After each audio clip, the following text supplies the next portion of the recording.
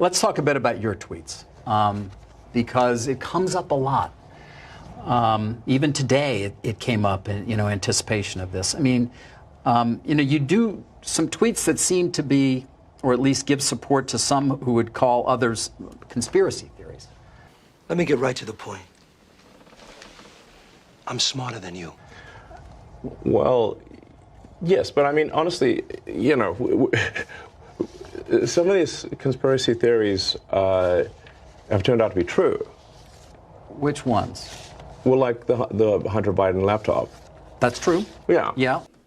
You want answers? I think I'm entitled. You want answers? I want the truth! You can't handle the truth! Two topics really quick. First, the president has said, and you have tweeted, that allegations of wrongdoing based on files pulled from Hunter Biden's laptop are Russian disinformation. There is a new book by a Politico reporter that finds some of the files on there are genuine. Is the White House still going with Russian disinformation? I think it's broadly known and widely known, Peter, that there was a broad range of Russian disinformation back in 2020. And we commissioned an independent forensic review to determine its authenticity. Senior investigative correspondent Catherine Harris joins us now with what we found. Catherine, I'm very interested. Good morning. The laptop data we had analyzed showed no evidence it was faked or tampered with. Did that go the way you thought it was going to go? Nope.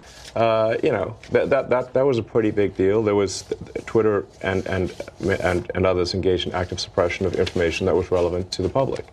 That's a terrible thing that happened. That's election interference. But how do you make a choice? You don't see, I mean, in terms of when you're going to engage. I mean, for example, even today, Elon, you tweeted this thing about George Soros.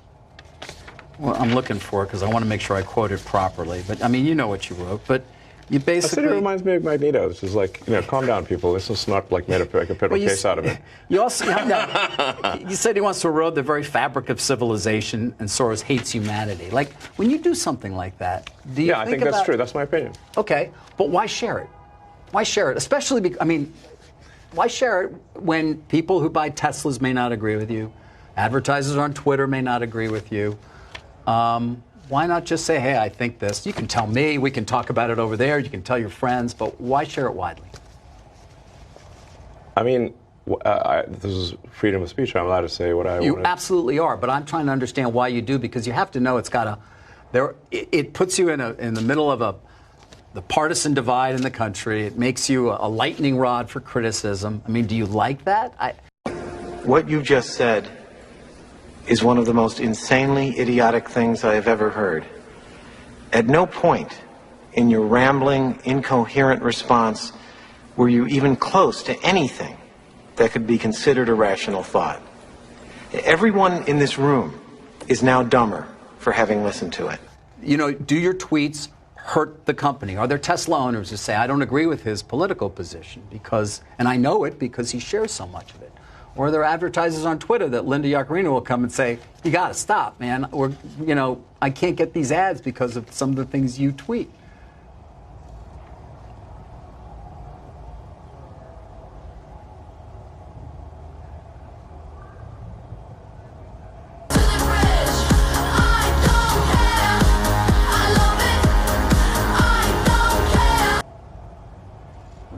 I'm reminded of there's a scene in The Princess Bride. Great movie. Great movie. Where he confronts the person who killed his father. And he says,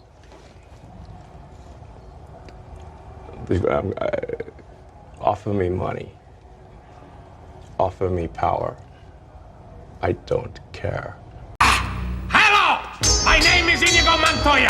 You killed my father. Prepare to die. Now! Offer me money. Yes. Power too. Promise me that. All that I have and more. Please. Offer me everything I ask for. So you just don't care. You want to share what you have to say. I'll say what I want to say, and if the consequence of that is losing money, so be it. Okay.